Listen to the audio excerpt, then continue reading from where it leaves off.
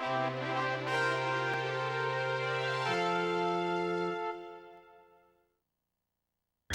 Nye the Science Guy. Bill Nye the Science Guy. Bill Nye the Science Guy. Science rules. Bill Nye the Science Guy. Inertia is a property of matter. Bill Nye the Science Guy.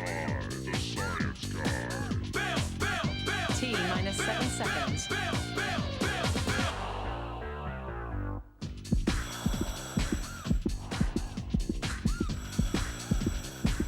Nye the Science Guy.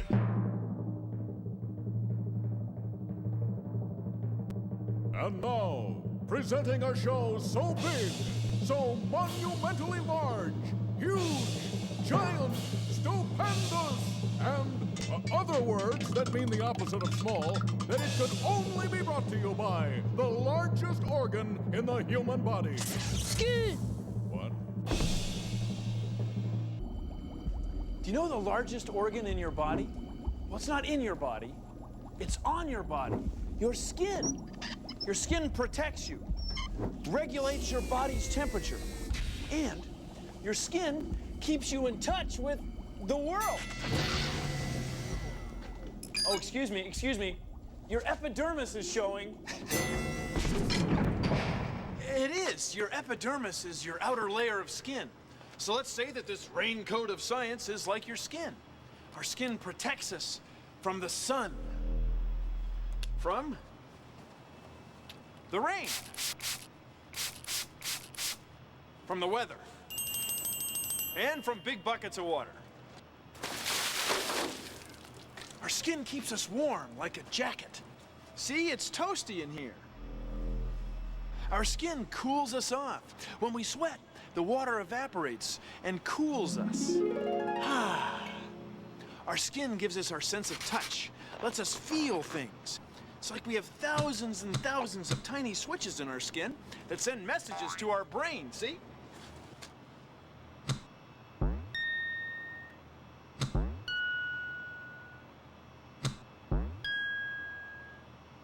Our skin lets us feel things as thin as a piece of paper, or as thick and wide as the hood of a car.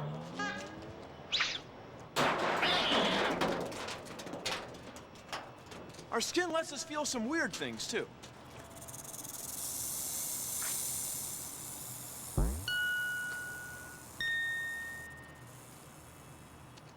Our skin protects us, regulates our temperature, and gives us our sense of touch. Our skin is something.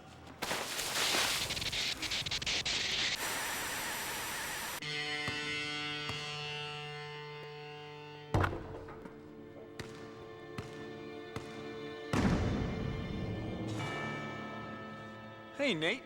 Hey, Bill. Long time no see. You still doing that show? Yeah? You still playing basketball? You ready to sweat? Hey, I sweat around 4 liters a day.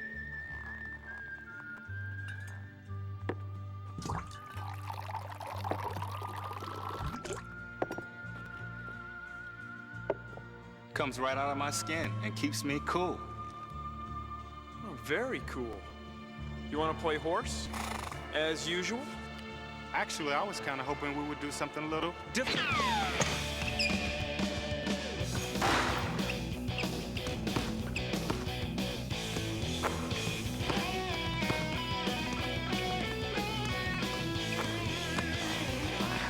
What else you know about skin, McMillan? It has 3 layers and it lasts your whole life. What do you know about basketball, right? You sweating yet? No, but that's probably because the blood vessels in my skin have dilated or gotten bigger so I could lose more heat.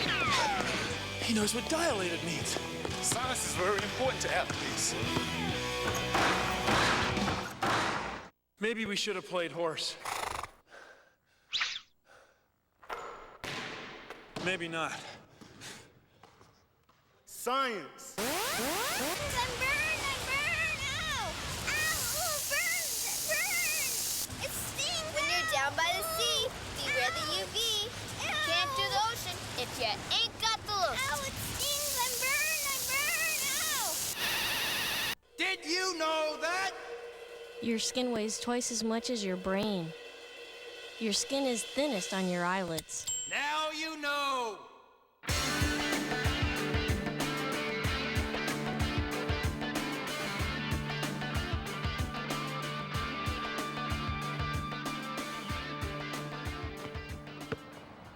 There's a cool test you can do to see how your skin works to regulate your body temperature. Cool us off. First, you need 2 thermometers. You know, like the kind you use in your fish tank. They work great. And 2 gym socks. Like the kind you keep in your gym bag. We'll use these 2 socks to show us how sweat helps keep us cool. Sweat is what happens when sweat glands, special parts of our skin that squeeze water, sweat onto the outside of our skin. What? It's our skin's way of helping us control our body's temperature. So let's pretend these socks are our skin. Now, get one of them wet, very wet, like it was sweating really hard. Remember, the temperature of the water you use has to be the same temperature as the air around it. Now, touch the dry sock, then touch the wet sock.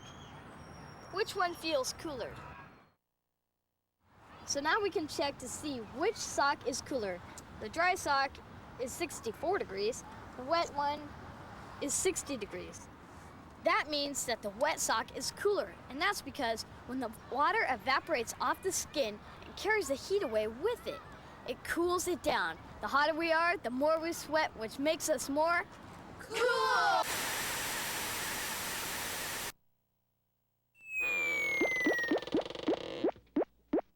Okay, let's do it. Woo!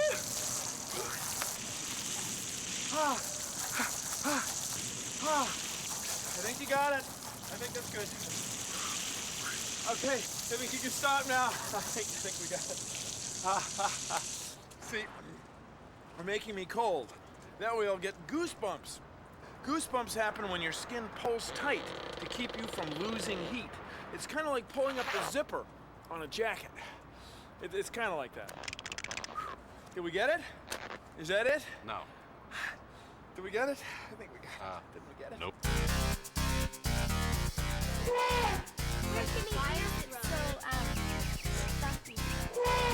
Even though an elephant's skin is really thick, their skin's so sensitive that they can feel a fly land on their back. Those hairs on the trunk are almost like a whisper. They're very sensitive. They help them to feel. It feels like silk, and you can feel the scales and smooth. They look kind of like just like spots of paint. His skin's so dry. Well, on the sides here, he feels like a pillow. Kind of feels like the elephant's. When Enoch comes up to eat from you, why don't you go ahead and reach out and try to touch his skin? And let me know what you think it feels like. As smooth as silk. Ooh, smooth. Big and chubby. The skin looks like kind of like a snake. The frog feels like silly petty. Big and chubby. Hey, Nate, what are you doing?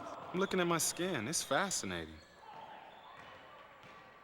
What are you doing, Bill? Bill? Bill? Huh?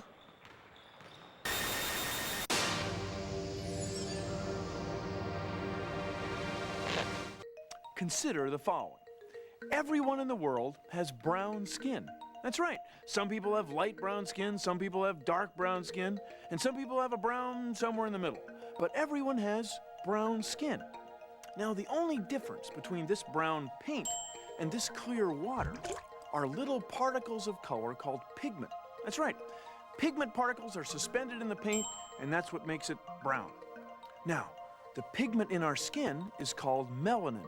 And melanin is made by special cells in our skin right below the outer layer, right below our epidermis.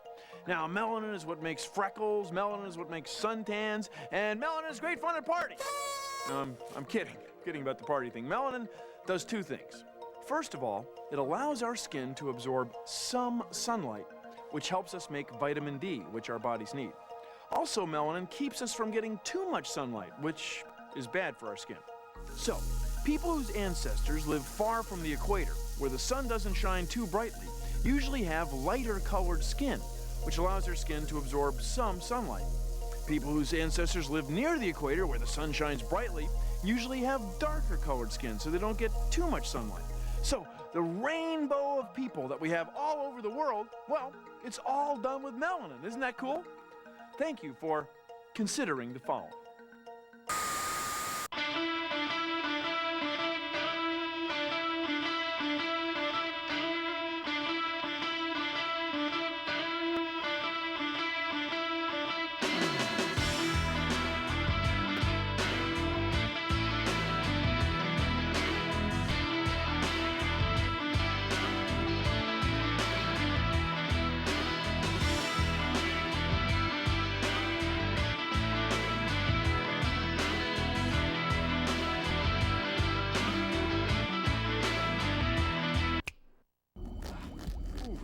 Did you ever get an itch? Yeah, I know the feeling. Apparently it's our pain receptors. That's right. The nerves in our skin that make us feel pain, ouch, also make us itch. Apparently it's nature's way of getting us to remove some skin cells from our epidermis, from our outer layer of skin. Nobody's sure exactly why it happens, but it has to do maybe with an insect bite or some other chemicals in your skin that you don't want there. Oh, can you get right there, down just a little, and over, oh, yeah, oh, thanks. You're active, attractive, and you want to stay that way. You're going and showing that you know how to play. You keep your skin clean, yeah, you take good care, 'cause if they turn green, and give your friends a scare. For every sir and every miss, it's fresh epidermis. Every day, every way you can see, you've got to keep your skin sanitary. Our skin does three things. One, it protects us from the weather. Two, regulates our body temperature. Three, skin gives us our sense of touch. Skin is amazing.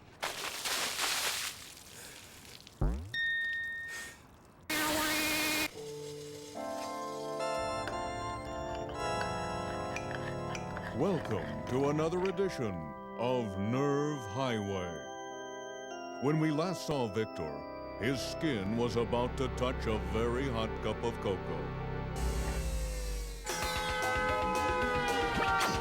Oh boy, we better hurry up and get to Victor's brain now and let him know it's gonna be hot. Hurry, hurry. Next exit, next exit. I know where we're going. If we don't get there in time, he's gonna get burned. I'm hurrying. I know it's around here somewhere. Step on it. I am. Oh, here we are. I hope we're in time.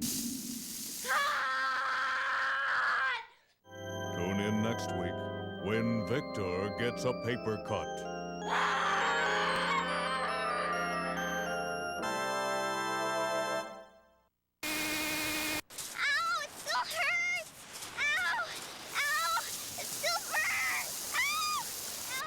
Too much time in the sun, you'll be looking well done. If you ain't got the melanin, you're better off just staying in. Did you know that? Your skin is thickest on the soles of your feet. The skin in your ear makes earwax. Well, now you know! Here's an experiment to show you about how your skin senses things. All you need are two pencils. You want them to be sharp, but not too sharp. Okay, focus on your sense of touch for a minute. Now, hold your pencils close together so that the points are even. Now, touch them on different parts of your skin. Try the back of your hand, then the back of your neck. What do you notice when you touch the back of your neck? Notice when you touch the back of your hand, you can feel two separate points. But when you touch the back of your neck, you can only feel one. Certain parts of your body, your skin, are more sensitive than others. Spread the pencil apart a little, then you can start to feel them as two separate points. Your fingers and your lips are two of the most sensitive areas of skin on your body. Ever notice how babies often feel things with their mouths? That's because we have lots of touch receptors on our lips. The skin on our fingers and feet are very sensitive. Sensitive hands help us control our pencils. The sensitive skin on our feet helps us keep our balance even on one foot. Eh? Eh?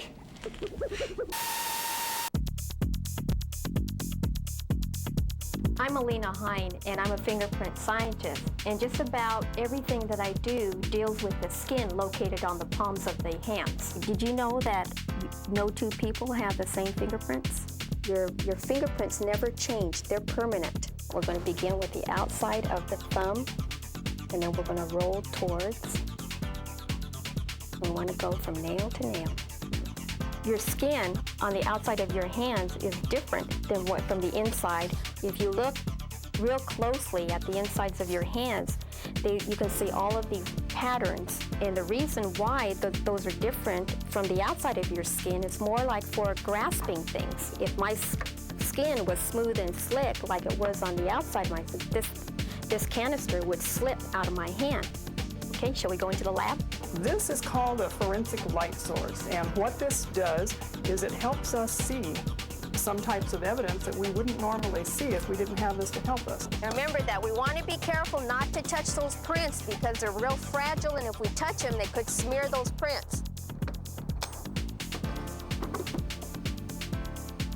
How about if you take a brush too? You want to start like from one end and just like smooth your finger over it. Now, Lisa, you got a card ready for me? Can you see those fingerprints on there now? Good. It looks like we have some future fingerprint scientists here.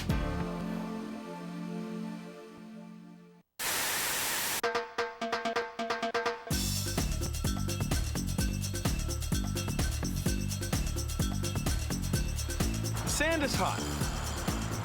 My skin is telling me that the sand is hot. In fact, it's very hot. It's really hot. It's hot, hot, hot. Cold. Skin is telling me it's cold. Hot sand. Whoa, whoa, whoa. The water's cold. Oh, it's hot. It's hot. Oh, it's cold. The sand is hot. The water's cold. Ouch, oh, the sand is hot. Now, exclusively on Skin Tone Records, the first volume of Golden Hits from Mr. Sensitivity himself, Johnny Flesh. Melanin underneath my epidermis, sebaceous gland secreting sebum. Please just hold my hand. That's right. Let Johnny take you back to a time when touch regulated body temperature and skin protection spelled R-O-M-A-N-C-E. Epidermis, epidermis, I am seeing you. That's right, folks. Order now for 40 of your favorite Johnny Flesh tunes in this exclusive television offer. Send check or money order to Johnny Flesh, Golden Hits Volume 1, 1 Sensitive Organ Street, Feelytown, USA. Or call 1-800-555-SKIN. Order now. Credit and Charge Master accepted. Hey, come here. Want to try something really fun with your skin? Cool. And guess what? It won't leave any permanent marks.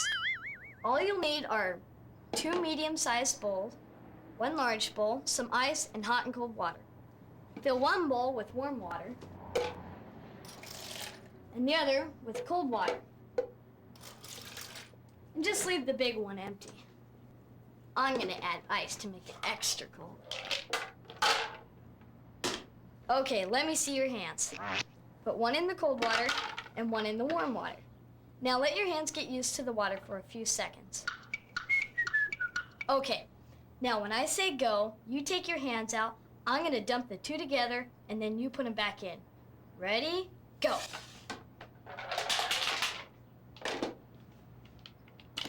Now, your cold hand feels warm, and your warm hand feels cold, doesn't it? All right, now take the bowl and dump it over your head. Oh, come on, do it. Because your skin is so sensitive, you can tell if something is thin or thick, rough or smooth, just like that. Here's a piece of paper. It's about 0.09 millimeters thick, but you can feel it easily. Now take a cereal box. It's a lot thicker. It's 0.49 millimeters. It's 5 times as thick, and you can tell just like that. Now, sandpaper. You can tell that this is rough. Or this is sandpaper too. But it's not quite as rough. You can tell just like that. Thick or thin, rough or smooth, just like that.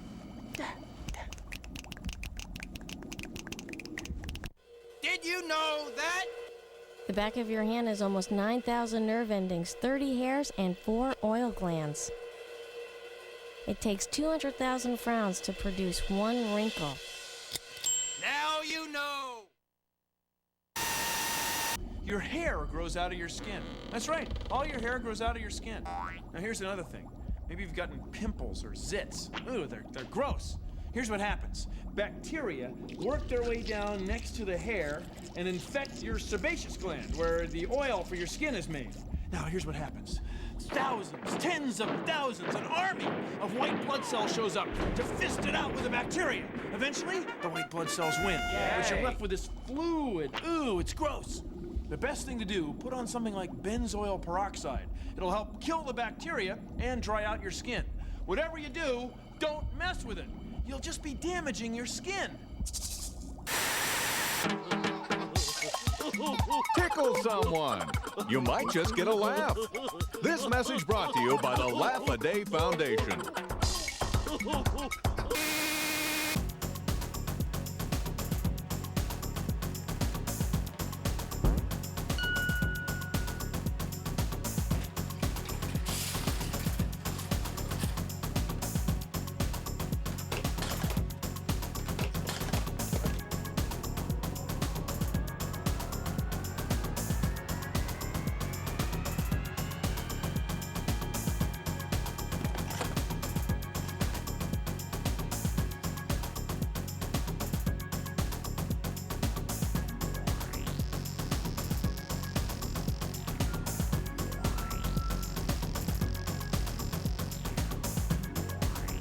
There are.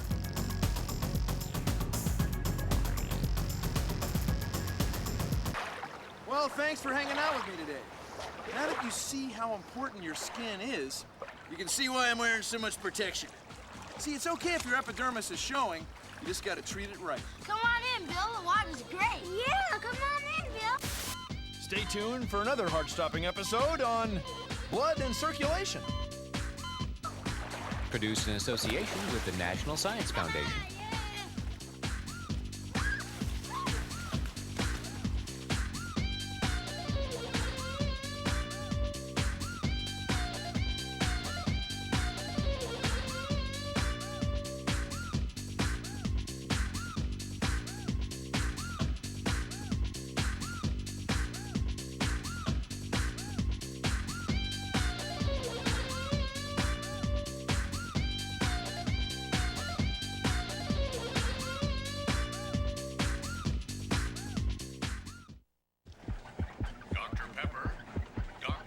Hear that love dub?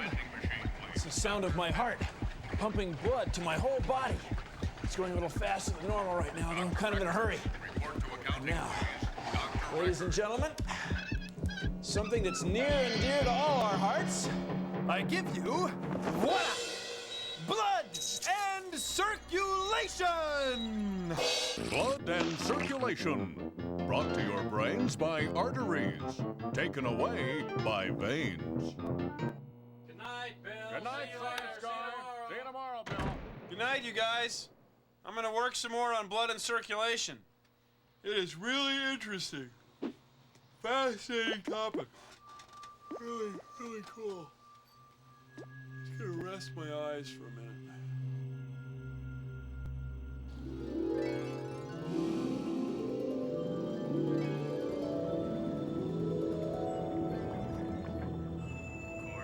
Where am I? Oh, it's the door to the lab. Code. What's going on? Oh, hi. Whoa! It's a bloodstream. I'm in a vein or something. This is weird. Whoa. What's he doing here? I can hear the heart. It's beating. There's white blood cells. That's a germ! Get him! Weird. Whoa! I'm okay. I'm okay. I'm in the heart. Those are red blood cells. Your heart beats your whole life, you know. The red blood. Hey, everybody, it's 7:08 in the city. Time to lean forward, get out of your chair, jump over your desk, and get your heart pumping. I gotta get to It's work. 37 degrees Celsius throughout the body.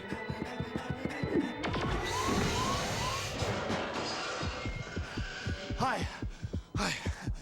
Your heart beats, and it pumps blood all through your body. No. Bill, you gotta relax. Just calm down, okay? Let's do it again. The weirdest dream. Your heart. Cut. Okay, just relax. A deep breath. Will you relax? Let's do this again. Hi. Today, we're gonna tell blood. Your heart is beating too fast. Now just relax. Okay, again. Cut. Bill, just relax, will you? Your heart beats, and that pumps blood through your whole body. Cut. I guess I'm still... Where'd we get this guy? People, work with me here. Your heart pumps your blood through your whole body, all day, all the time, your whole life. Your heart's about as big as your fist. Lub, dub, lub, dub. The lub, well, that's the big push. And the dub, that's the reloading push. Now, the heart in a guy my size pumps enough blood every day to fill over 30 oil drums. Isn't that amazing? I mean, blood vessels near your heart are big, like highways. As the blood goes away from your heart, it ends up on smaller and smaller blood vessels, like streets. Now, every cell in your body sits next to a very small blood vessel called a capillary. And a capillary is like a driveway.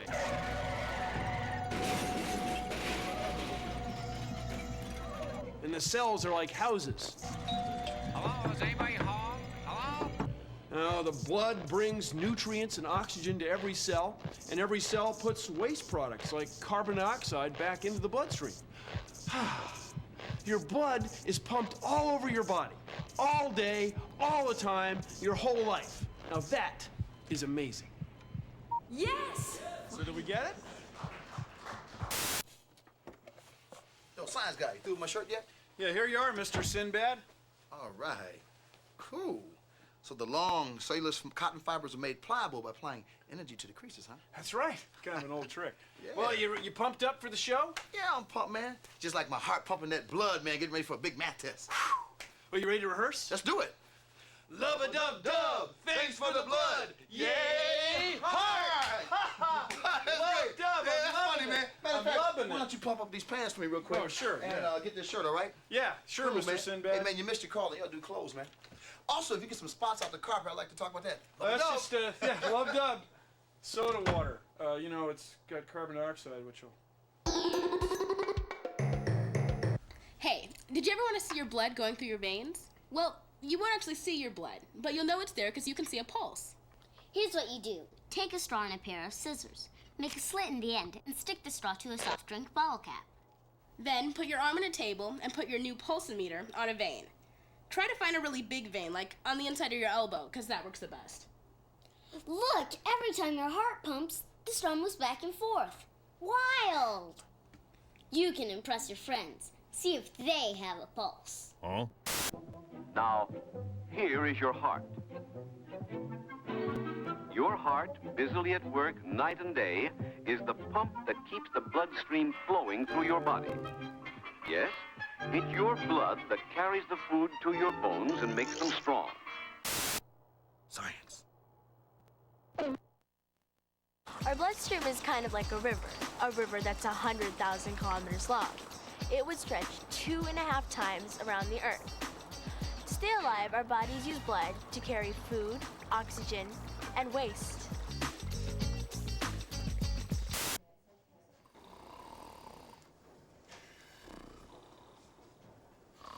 Shh.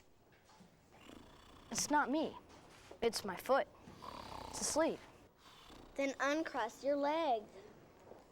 Your feet fall asleep when your blood vessels and nerves get squeezed. This can happen when you sit cross-legged for a really long time, or your foot is in just some weird position. Same thing can happen to your arms, especially when you sleep funny. So keep your feet on the ground. I can't help it. I'm hungry too.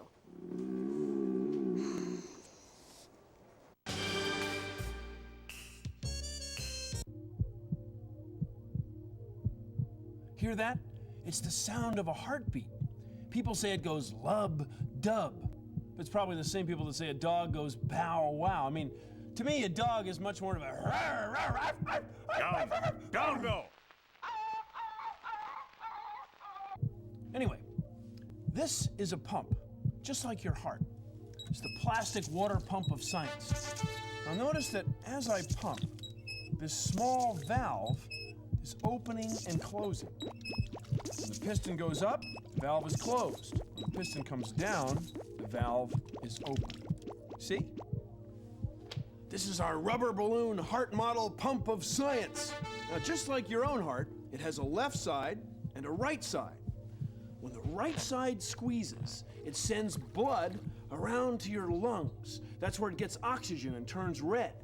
From there, it goes to the left side. Now, when the left side squeezes, it sends blood to all the other parts of your body. When it comes back from those, it's on the right side again. Now, whenever one side squeezes, one valve has to open and the other valve has to stay closed. Otherwise, the pump won't work. Now, the lub-dub, well, the lub, that's the strong push. And the dub, that's the reloading push. So, lub, dub, pow, wow, arf, arf. Thank you for joining me on Consider the Following.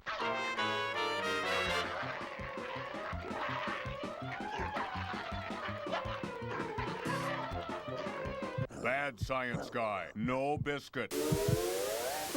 In your blood vessels, you have two kinds of blood cells. You have red blood cells and white blood cells, kind of like these two kinds of grape juice. We have about 25 trillion red blood cells. And for every 1,000 red blood cells, there's only about one white blood cell. That's about 25 billion. And together, they keep us strong and healthy. So, here's to your health. You want some? It's good, really. It is good. The grape juice is more of an illustration, than actual blood. I mean, it's sort of a joke. And so is Chris, the rubber person. It's sort of a gag that we were going for.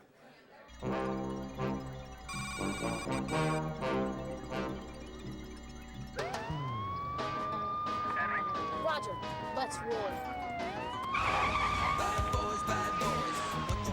Cops, in your bloodstream. Yeah, we're white blood cells. We're like cops in the bloodstream. Attention all units. Attention all units. Infection in progress at Spleen Center. Roger, let's roll.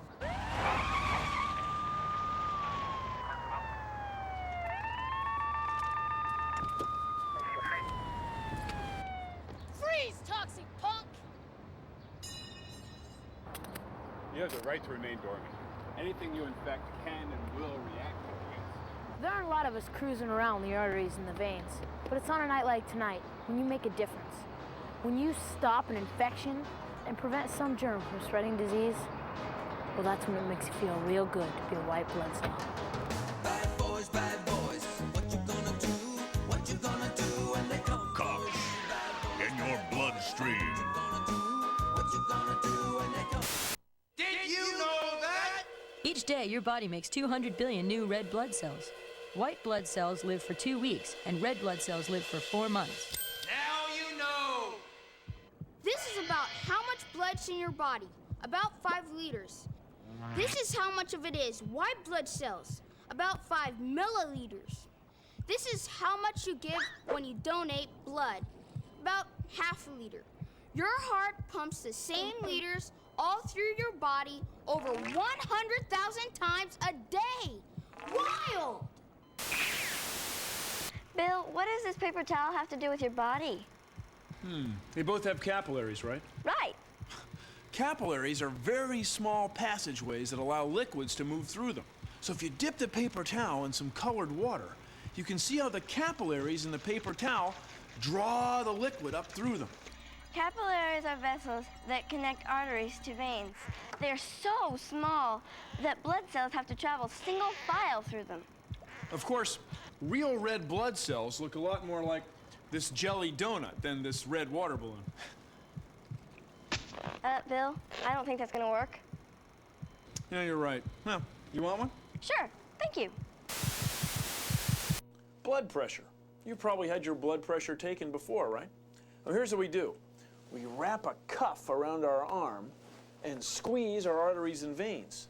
Then we see how much our arteries and veins push back, and that's our blood pressure. Okay, so here we go. We're gonna pump this up so we get a snug squeeze on our upper arm.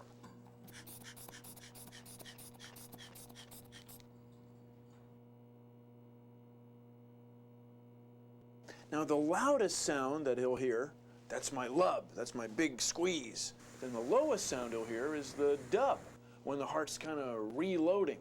Lub and dub. Ha! I'm lubbing it. Okay, you got 112 over 74. 112 over 74. So 112, that's my lub, my big push. 74, that's my dub, my reloading. Lub, dub. Did you know that? When you're watching TV, it takes blood 35 to 40 seconds to make one complete trip through your body. When you're exercising, it takes blood only 10 seconds to make the same trip. Now you know. That makes your veins swell up, see that? That's my vein, right there. This is cleaning stuff. Cleaning stuff. It's iodine. Make your face, please. Yes, ma'am.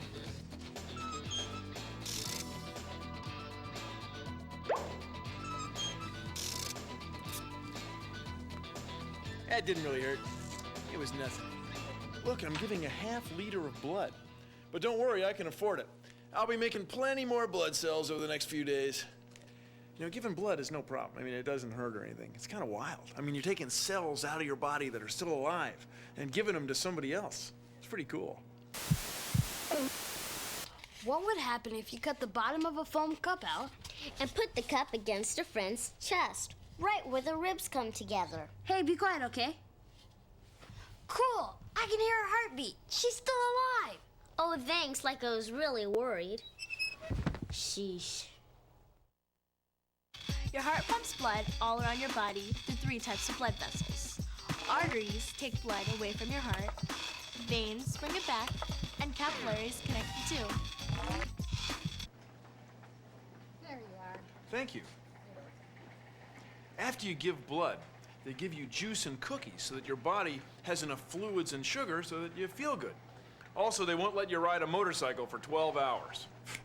Oh well. It's good juice, though. I'm gonna get some apple juice. Whoa. I feel dizzy. That's because while you were on the floor, your heart rate was slow. You didn't need to pump blood very fast. And when you got up fast, your blood didn't keep up with your head. It wasn't getting to your brain fast enough. You should be a doctor. Yeah, I know. When you're resting, your heart beats about 70 times a minute. When you're exercising, your heart might beat twice that fast, 140 times a minute, to keep up with your muscles' oxygen demands. That's one of the things that blood does. It brings oxygen to your muscles. Your heart weighs about 300 grams. That's about as much as an apple. It pumps 7,000 liters a day, every day. Isn't that wild? Sounds like a lot of work. The stronger your heart is, the better it can keep your blood moving. Your heart is a special muscle that can be made stronger by exercise. Yeah, about that apple. Exercising, eating a low-fat diet, and not getting hooked on cigarettes can help keep your heart strong and keep your arteries from getting clogged with fat. Because if you're not going to eat it, well, I was thinking, you know, look, coconut, that's a pretty neat trick. But, you know, I think I'd really like an apple. Oh, thanks.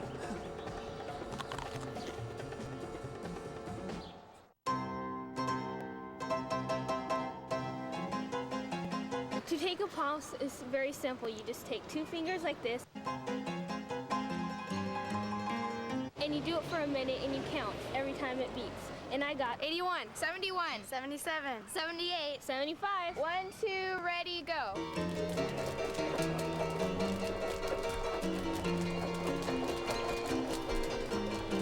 My heart's really pumping. Mine's gonna explode. Mine's pumping.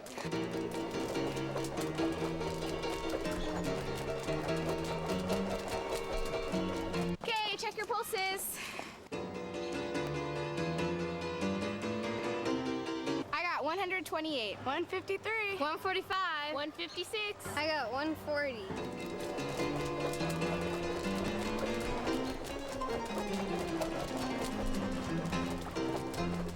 Science! See, I just stood up. And as you stand up, the blood that's in your head can end up flowing down into your body. Put this wacky harness on. You go up, the blood goes down. I'm gonna tell you that this harness fits tight. No, tight. That's the word I'm going for here. How's that feel? It feels great. So, suppose you're in a plane. Roger, 801, have good flight.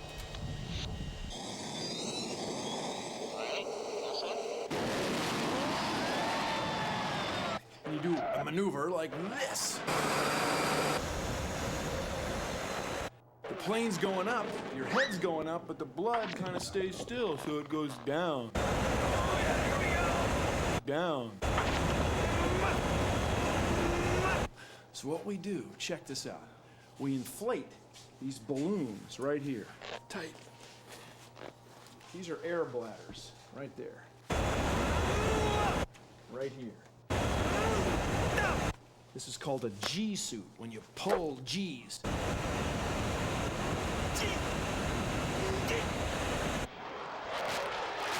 So as we go up, our blood will want to stay still and our body's going to want to go up. And so our brain won't be getting enough blood. Our heart will not be able to pump enough blood into our brain. So we inflate these air bladders, and that holds the blood in here and keeps blood pumping to your brain so you can stay alert. Pretty cool. My heart was pumping, keeping blood in my brain, and we made it back okay. Did you know that? Blood cells are made in your bones. During your lifetime, your heart will beat about 2 billion times. Now you know. This is a Valentine.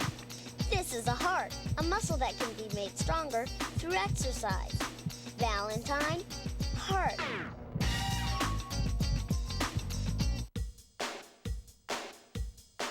If you're in a blood vessel by the side of a vein, it means you're right in the middle of the Bloodstream. Bloodstream, yeah, yeah.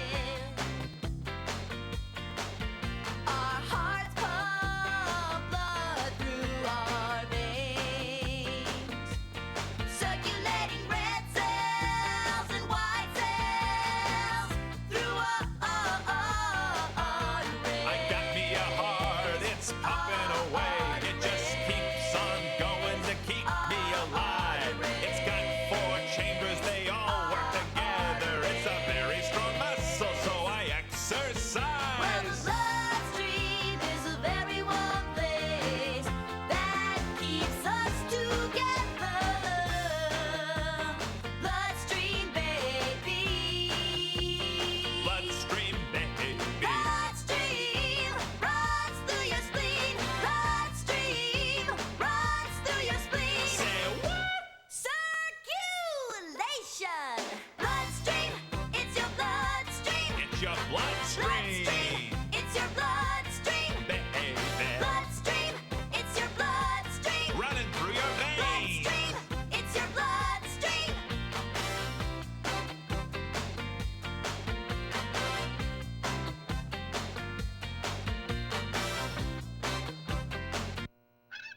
How are we feeling? Your heart sounds great. It's doing important work, pumping blood through your veins and arteries. Well, that's our show. I'd say this operation was a success. Keep on lubbing and dubbing. Produced in association with the National Science Foundation. Your heart pumps the same liters all through your body over $100,000 a day. Wild!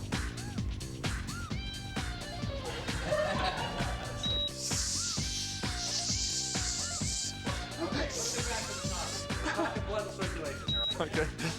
Okay. Yeah. Now? This is about how much blood's in your body.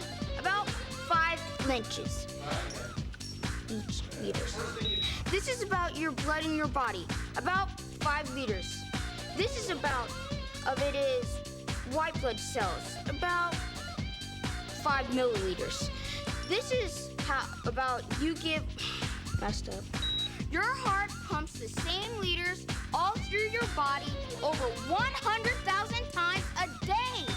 Wild! Yes! Bill Nye the Science Guy. Bill Nye the Science Guy. Bill Nye the Science Guy. Science rules. Bill Nye the Science Guy. Inertia is a property of matter. Bill Nye the Science Guy. T minus 7 seconds. Bill Nye the Science Guy. Open the pod bay doors, Hal.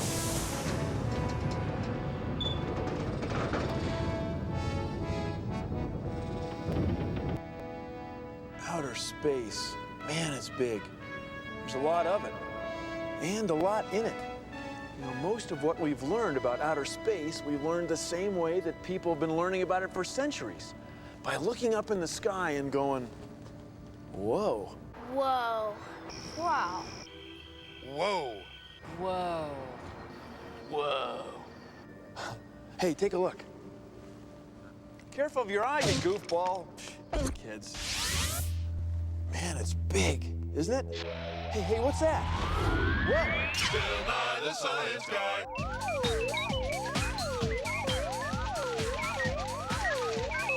Bill Nye the Science Guy.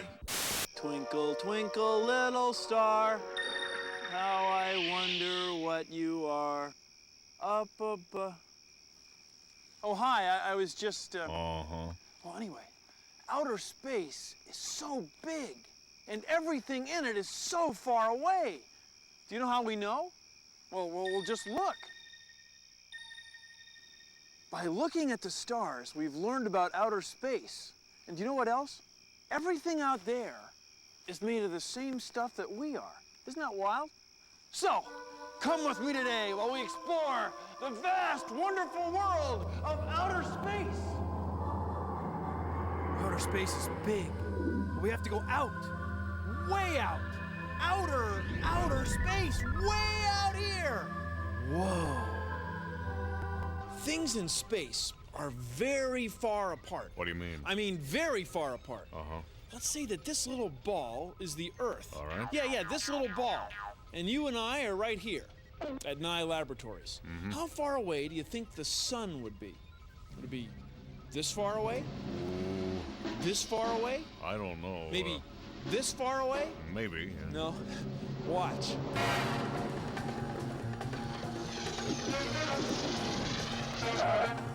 Would be this far away. Whoa. 20 meters.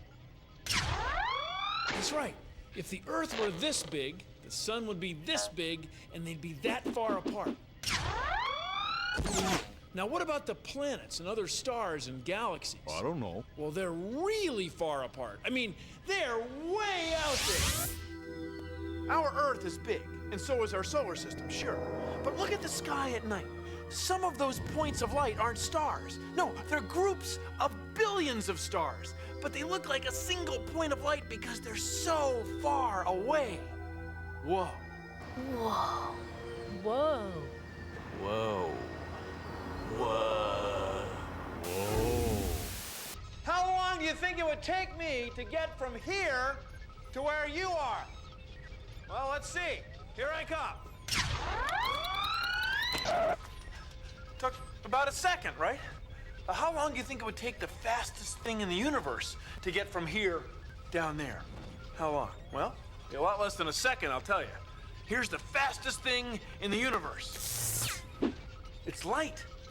Light goes 300,000 kilometers every second. Not 300,000 kilometers an hour, not 300,000 kilometers a minute, but 300,000 kilometers a second. The things in the universe, things like stars and galaxies, the things in the universe are so far apart that it can take even the fastest thing there is, it can take even light, millions and billions of years to get from one place to another, even at the speed of light, which is pretty fast. So what you're saying, Bill, is the closest star to our sun is 4.3 light years away? That's right. Now, a light year is the distance that light travels in a year. Now, light goes pretty fast, and a year is a long time. So a light year is really far. 9.5 trillion kilometers. Wow. So that means some of the stars we can see right now may not even exist anymore? That's right, that's right. Maybe a star is burned out and collapsed. Okay, well then it stops giving off light. Well, the light keeps coming here for years. So, in a way, the star doesn't burn out and collapse here until the light stops coming here. Whoa. Did you know that? The Great Red Spot on Jupiter is actually a hurricane larger than the Earth. Now you know! How far is far? On Earth, far may be to the other side of this lake, or across the city, or across the country. But in space, the sun and moons and planets of our solar system are only tiny dots in the galaxy, and the galaxy is only a tiny dot in the universe. You know, you couldn't get to the nearest star that's our neighbor, even if you spent your whole life traveling. But I digress. The thing to remember is, things in space are really far apart. Whoa. Oh, man. Imagining distances in space is difficult because everything is so far apart. But think of it this way. Let's say that this miniature soccer ball is the size of our sun, and it's right on the goal of a soccer field. Then this speck is Mercury. This is Venus. This tip of a ballpoint pen is our Earth, 2.5 meters from the miniature soccer ball sun. Mars, Jupiter, Saturn, 25 meters from the goal. Uranus, and Neptune, 76 meters away. And Pluto's back here, almost out of the building, 100 meters away. How far do you think it is to the next star? Well, it's not in here.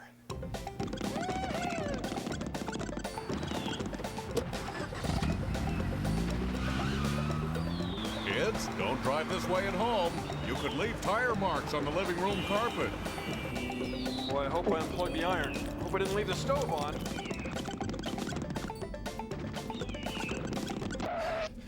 It would be here. The nearest star would be here. 7 hours of highway driving, about 700 kilometers away. And that's only if you think of the star as being this big. I mean, real stars are huge, enormously huge. Right. Enormously, bigly huge. All right, already. Nothing like this. You couldn't get to the nearest star if you traveled your entire lifetime. No way. It's kind of cold out here. Have you ever heard of the Big Dipper? The Big Dipper is a constellation. Now, a constellation is a group of stars that we've given a name to help us find certain stars or recognize them. Now, ancient Greek and Roman astronomers gave all sorts of constellations names, and we still use a lot of those names today, like Orion the hunter, Cassiopeia the queen, and the Big Dipper. You know, I don't think the Big Dipper was an ancient Greek or Roman name.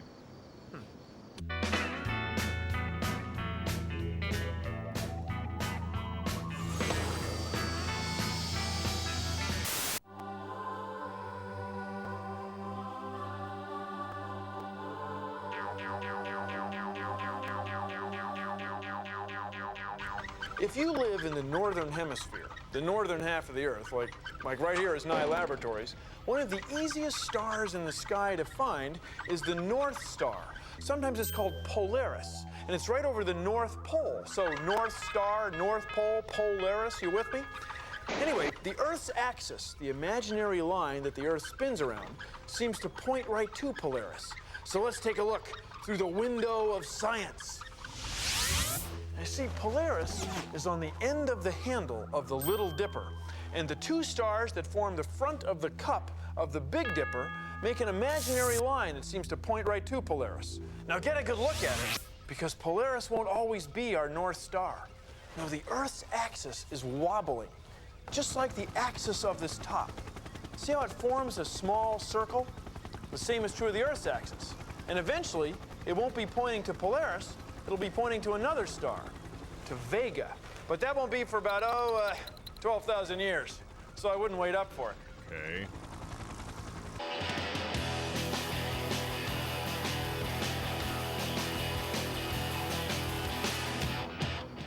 Whoa, dude. This is awesome. Definitely. Awesome. Oh, I mean, like all those stars. Dude. Oh, there's millions of them. And like each one of those stars is like a sun. Like, whoa. Dude. That means that, like, oh, there's tons of other solar systems. Well, yeah. Whoa. And that means that we're like little specks. Oh, like almost nothing. Whoa.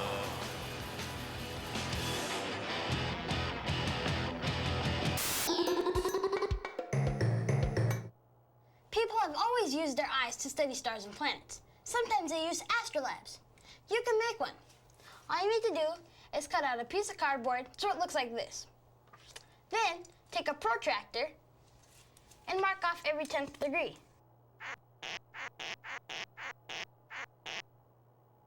Now draw lines.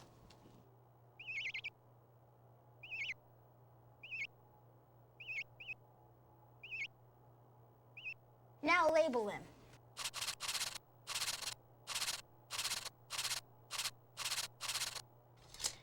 Then take a straw and tape it on the side. Then take a string that has a washer tied to it and tape it on the other side.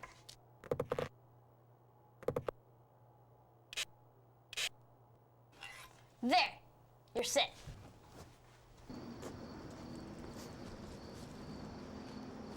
Go outside at night and look through the straw and find a star. Find out where the weight hangs on the astrolabe. Come outside a couple of hours later and find the same star. You'll see that it moved. That's because the Earth is turning. Astronomers also use astrolabes to find out the motion of stars and find planets. It's freezing. I'm Eric Wilcott, and I'm a staff scientist and astronomer here at the Very Large Array. You know, what astronomers do is to try to figure out what is going on with a variety of objects out in space.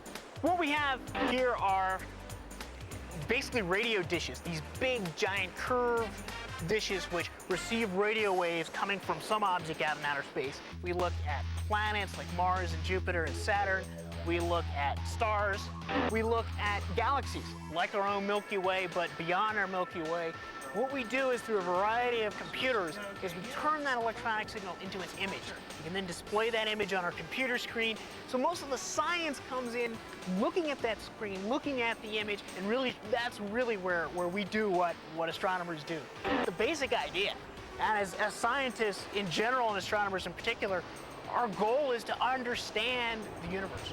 Whether or not there is Klingons on the other side of the galaxy, I don't know.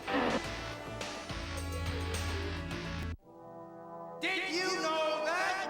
10 tons of meteorites hit the Earth every day. Most are the size of a grain of sand. Now you know. Science. Whoa. About 2,000 years ago, in the town of Alexandria, which is here, near the mouth of the Nile River, what is now Egypt, there was a guy named Eratosthenes, and he was the librarian of the great Library of Alexandria. One day, he came across a note from someone who lived here in the town of Sina, and the note said, "At noon on the longest day of the year, sticks cast no shadow, and we can see all the way to the bottom of our wells." Eratosthenes realized that where he lived, sticks did cast a shadow, and he couldn't see to the bottom of wells. And he got to thinking about it, and he realized, oh, the earth must be round. Yeah, we must be living on a big ball. That's the only way for there to be no shadow here and a shadow here. So he measured the shadow that the stick cast, and then he paid someone to walk from Alexandria to Sina and keep track of the distance as carefully as he could. Well, that distance turned out to be around 800 kilometers, and the shadow was about a 50th of a circle. So then he multiplied 50 times 800, and he got 40,000 kilometers, and that's the distance around the Earth, what we call the circumference of the Earth. So check this out. This guy made observations of a star, our sun, and he figured out the size of a planet, our Earth. The same kind of observations that you can make. Hey, not bad. فعندها طلب أريتوستنيس من راع كان هناك: يا أخ امشي إلى سينا وقس المسافة إلى هناك. هل أنت مجنون؟ قال الراعي. المسافة تكشف لي عن حجم العالم، قال أريتوستنيس. ادفع لي بالميل، قال الراعي.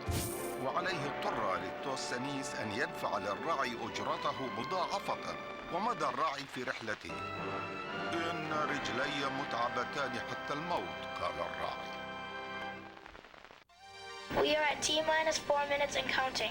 Roger, I'm switching on all 3 fuel cells and main power supply. The launch conditions at Kennedy Space Center are good. Well, space camp is really just a place where you learn about space and the planets. Launch control Columbia. All systems ready and the crew is go for launch. The most exciting part of the day is when we do our missions. Columbia, start auxiliary power units. Roger, starting all AP.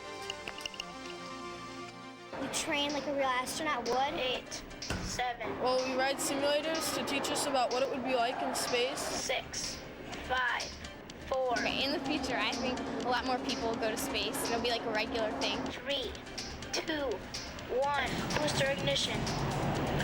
Liftoff. We have liftoff. Columbia, you have cleared the tower. You learn a lot about space and what it would be like to be an astronaut.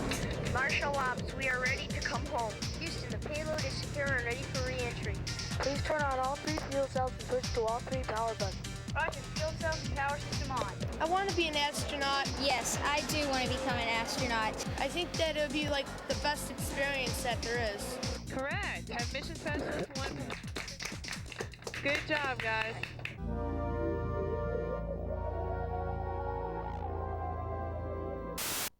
Welcome back to The Star Cook. Thank you. Welcome back. I'm Michaela, and I'm here with my very special guest, Mr. Bill Nye. Thank you, everyone. Michaela, it's so good to be back on the show, and you are looking fabulous. Thank you. You too. Oh, thank you, Michaela.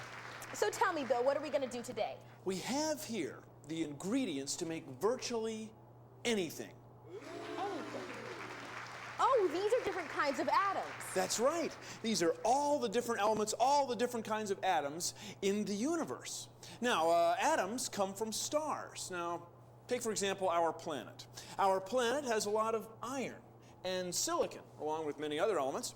And our star has a lot of hydrogen and helium. Now, Michaela, oh, that's our hydrogen. Almost lost it there. It's okay, everybody, it's okay. Now, Michaela, you and I are 65% water. Right. Now, what's water?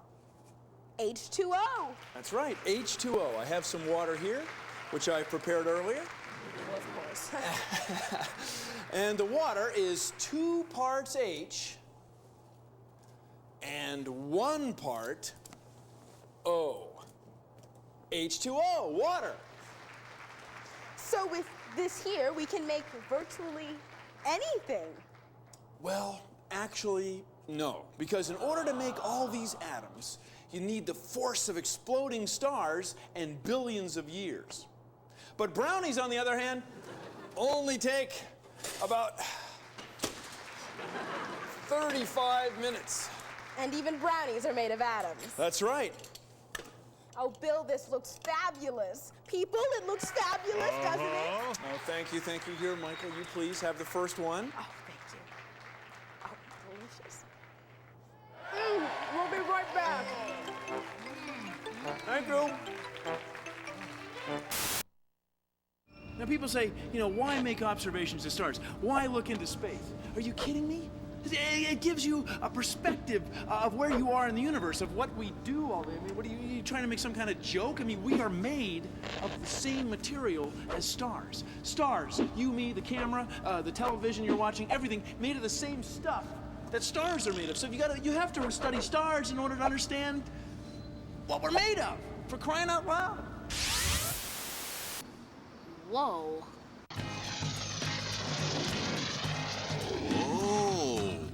Well, when I looked up at night, well, there's so much I can tell just by being curious and observational. Well, I'm so observant, baby. Well, I'm so observant. I'm so observant of the sky. Well, we're in a solar system, and solar, that means sun. And the sun is one star in a galaxy of billions and billions. Well, I'm so observant, baby. Well, I'm so observant. I'm so observant of the sky. Now its immensity's impressive, and as if that's not enough, stars, planets, you and me, baby, are all made of the same stuff. Well, we're all made of atoms, baby. We're all made of atoms. We're all made of atoms, you and I.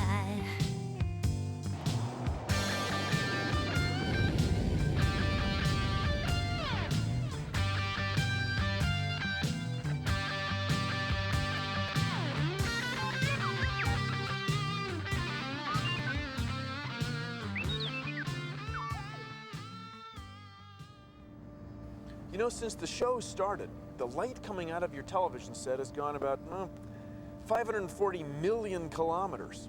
Now, if it happens to be headed in the direction of the nearest star, Alpha Centauri, it's got another 41 trillion kilometers to go. Now, that's a long trip at the speed of light. So don't go asking me, are we there yet? Are we there yet? It's going to be at least 4 years, okay? Well, if you'll excuse me, got some stellar coordinates to record. See you around the solar system. Stay tuned for another loony episode on the moon.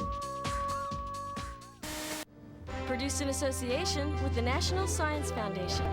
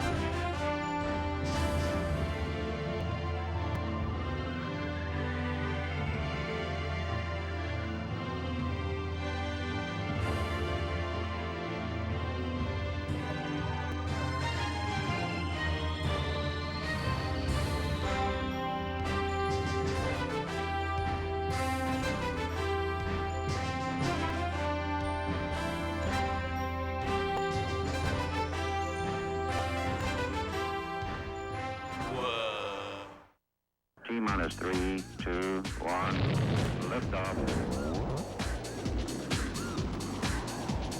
Bill Nye the Science Guy.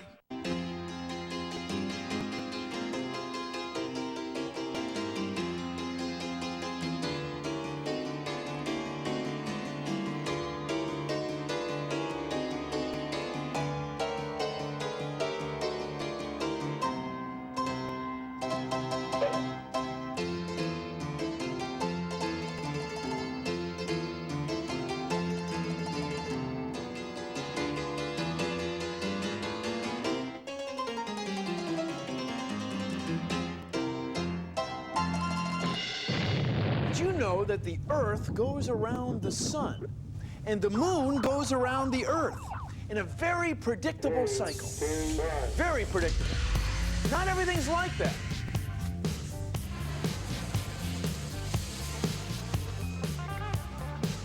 See, the moon is always the same. It never changes. It's the same size and shape, round like a ball. But it looks different to us here on Earth because of the way sunlight hits it. That's right, moonlight is really sunlight. And it changes because the moon is going around the Earth and the Earth is going around the sun. Everything's just going around.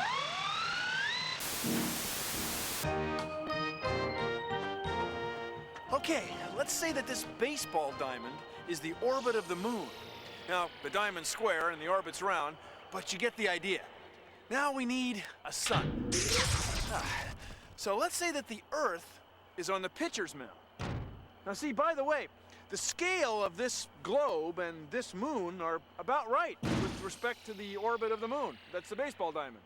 Now notice that right now, when you're standing on the Earth, you can't see the moon at all. This is what we call a new moon. And the reason you can't see it is the moon is between you and the sun. Now the moon orbits the Earth in this direction.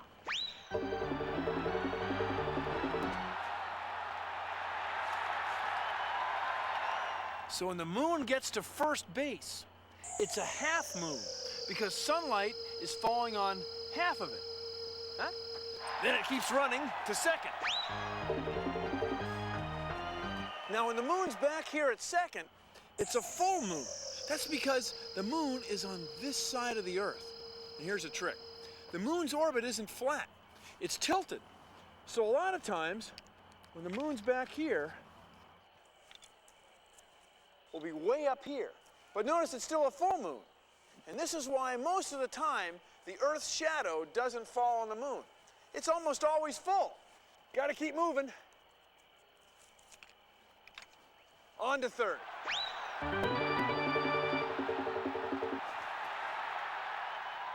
So over here at third, it's a half moon again. But look, the shadow's on the other side. That's because we're on the other side of the Earth. Well, time to break for home.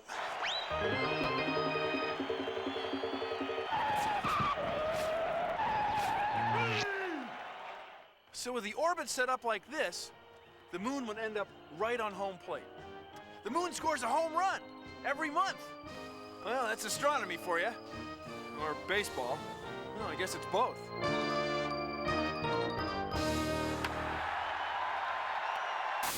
You know, sometimes you can see the moon during the daytime.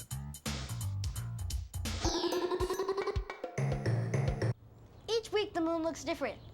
Sometimes it's round, sometimes it's a teeny sliver, and sometimes you can't even see it.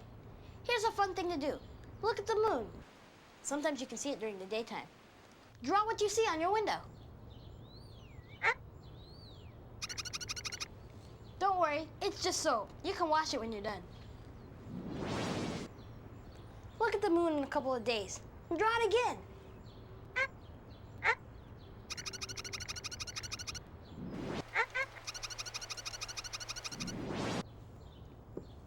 When the moon's not there, that's called a new moon. Just draw a dotted circle. After a month, the moon starts the whole thing over again. And the dark part always goes from the right to the left. The moon's in your room. Cool. Moon glow is really sun glow. That's right. Moonlight is really sunlight that reflects off the surface of the moon, like a mirror. And you say, well, how can moonlight be so bright? I mean, where does it all come from? Well, two things. First of all, the moon doesn't have as much gravity as the Earth, so it can't hold on an ocean or an atmosphere which absorbs moonlight. And moon rocks reflect a lot of light. Now, you know, moon rocks are a lot like Earth rocks. They have a lot of the same minerals. Minerals like potassium. Potassium's in bananas. Now, one of the reasons that scientists think that moon rocks and Earth rocks are so much alike is that perhaps the Earth was hit by a giant meteorite, a giant rock in space. It hit the Earth, and that material spun off and formed the moon. So moon glow is really sun glow reflecting off of moon rocks. Huh, wild. Glow figure. Oh! Thank you for flying Nye Airlines. Chicken or fish?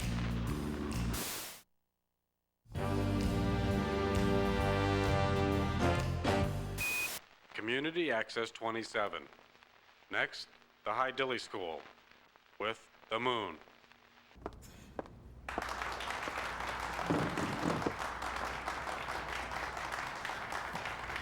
And now, Miss Marshall's 4th grade class presents The Moon, a play in 2 acts. Act 1, The Revolution.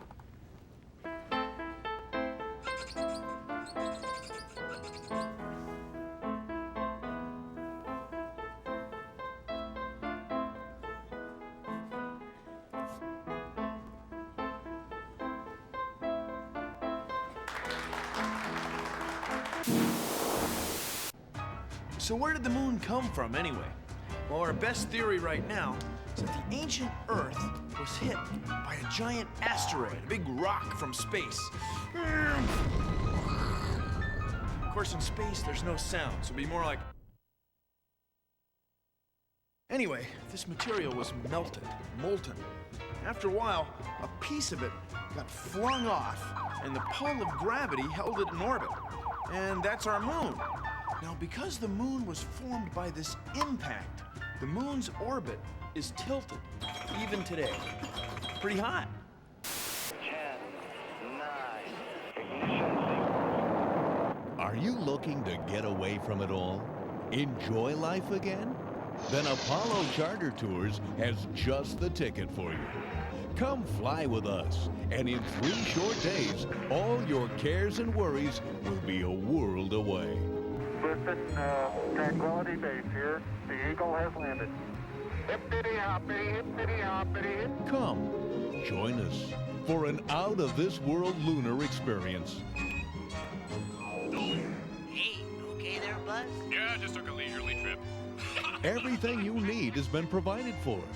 Expert pilots and technicians, in-flight food and beverages, entertainment, spectacular views, craters, and of course, the best golfing this side of Pluto. That looks like a slice to me, Al. All for only $25 billion. And if you act now, we'll throw in 2 hours of free lunar mobile rental to really get you going. Call now and reserve your seat in the capsule. Apollo Charter Tours. This has been a fake commercial and was not intended as a guarantee, warranty, or prediction. Any similarity to an actual product, living or dead, was purely coincidental. And now, back to our regularly scheduled program. That's one small step for man, one giant leap for mankind. The moon doesn't just sit up in the sky either. Its gravity pulls on everything on Earth, including the ocean. So see this? This is the high tide mark. And way over there is the low tide mark. Now, along with the sun's gravity, the moon's gravity makes the ocean move from there to here every day because of the pull of the moon's gravity. Now, what's the main reason we have tides? Because there's a moon.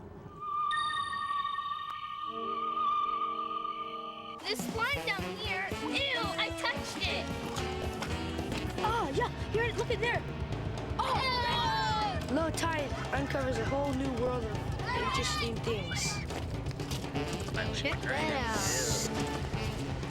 Where the stick is where the tide is now, and then a little bit later, when we come back to check it again, it's gonna be a little bit higher so we can see how fast the tide moves. It's an eel. Found it laying out in the sun. It's moving! If we didn't have a moon, we wouldn't have the tide, so we wouldn't be able to catch this stuff. Hey, y'all! The spider crab's probably waiting until the tide comes in so we won't bug him anymore because he's probably getting really irritated. No moon, no tide. High tide! Wait, right there, pull it out, pull it out. You pull it out. Low tide! It's fun here. I wish told you Bill was here. The tide's coming back here!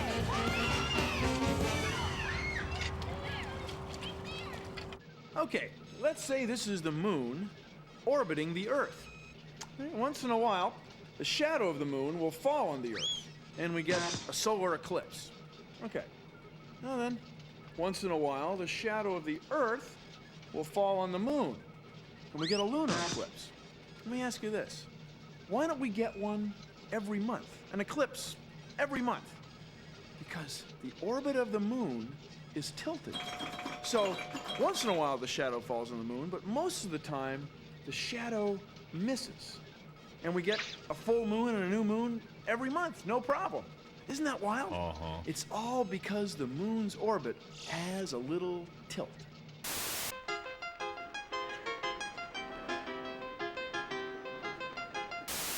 The Earth is round. Okay. And the Earth's shadow is round. Ancient Greek astronomers realized the Earth was round when they saw the Earth's shadow on the moon. Here, take a look. Now, this is what we call an eclipse of the moon, or a lunar eclipse, when the Earth casts a shadow on the moon.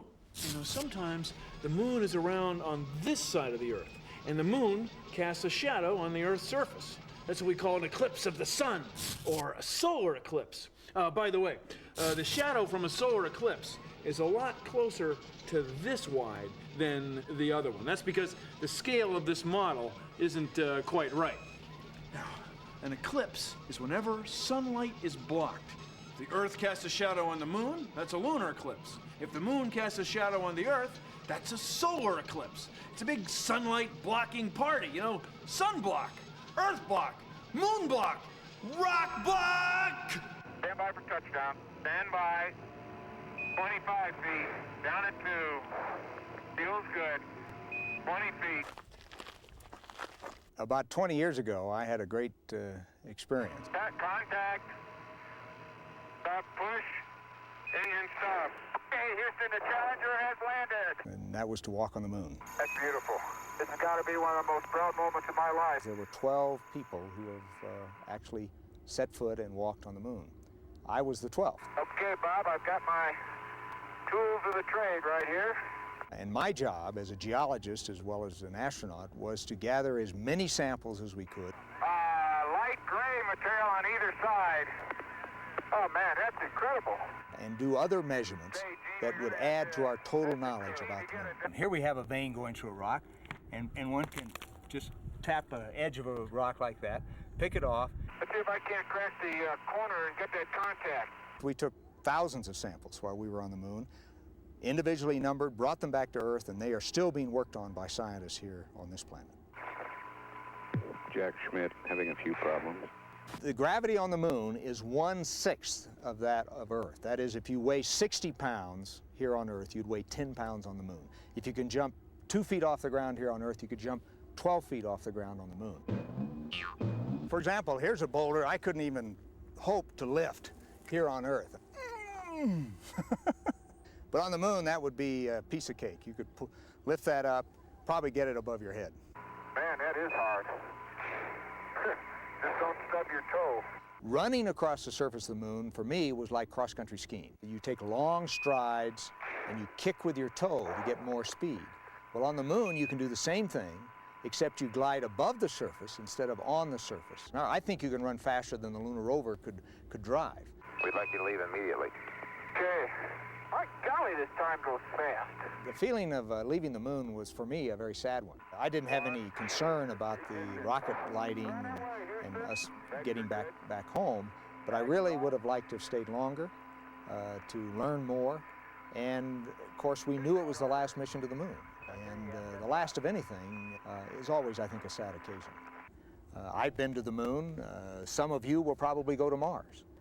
It is important to remember that, and that not only in geology, but in all sciences, the frontiers are infinite. Community Access 27.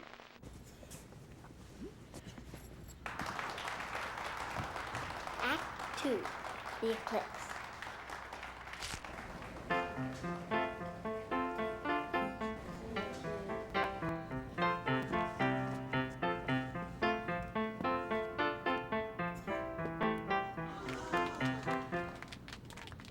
Intermission.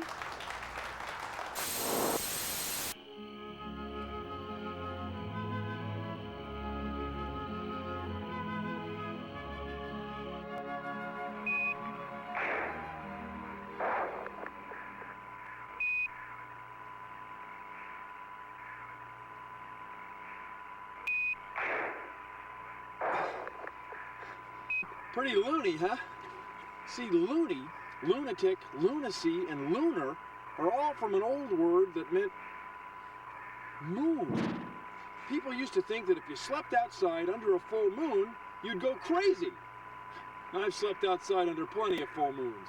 Do I seem crazy? Uh-huh. This is a moon phase clock. So you see right now, it's a full moon.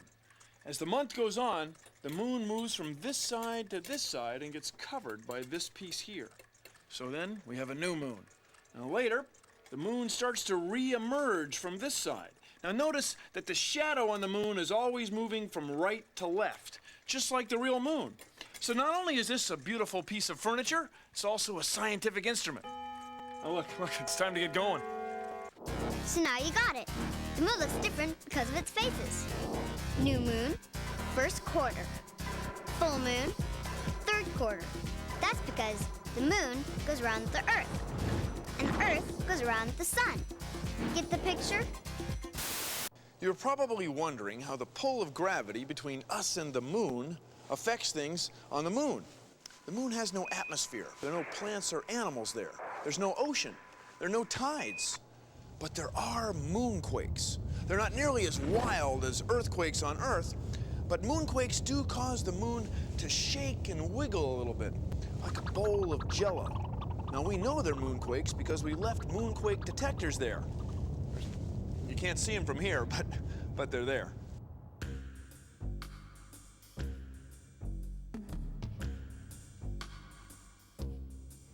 They all claim to be lunatics when the moon is full.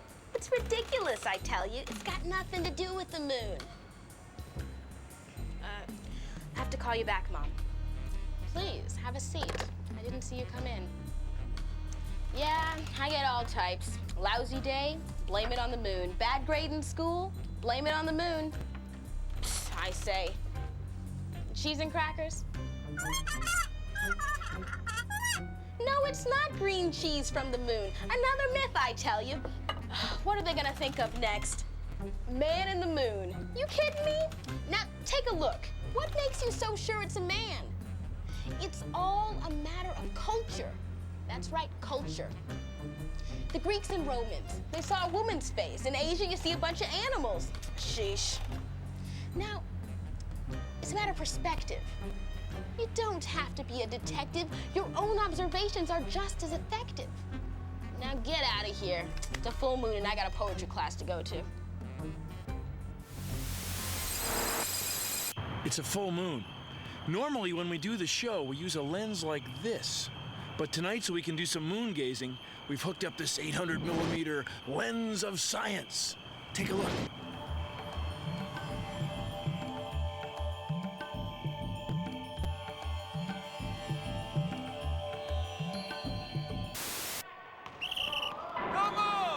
We say new moon because we can't see it. The moon is in between the Earth and the sun. Half tide, half moon. When the sun hits the moon now, it lights up half of the moon. That's because the moon is to one side of the Earth, like this.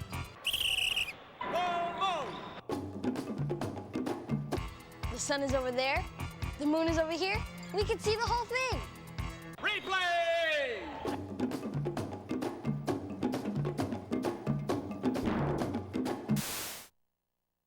30 feet, 2.5 down. Straight shadow. 4 forward.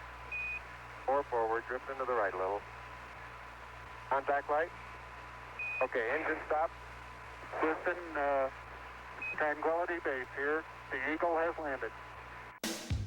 I like to watch the moon cycle. I like to watch it phase. I like to watch the moon cycle. I like to watch it wax and wane.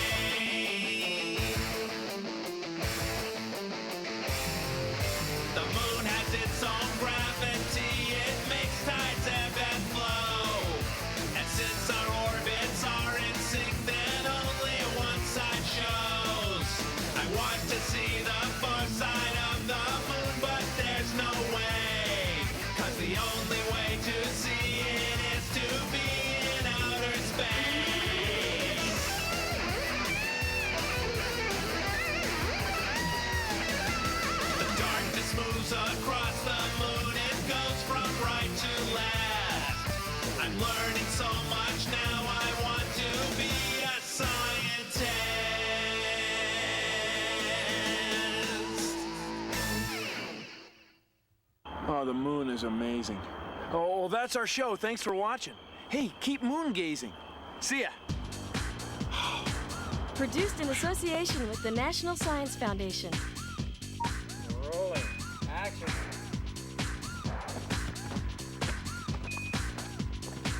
Hey, let me do it again. I got it. Okay. I'm gonna get a lot of altitude.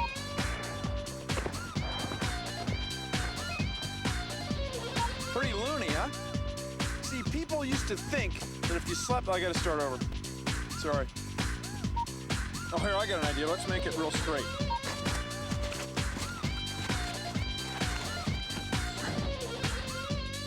Pretty loony, huh?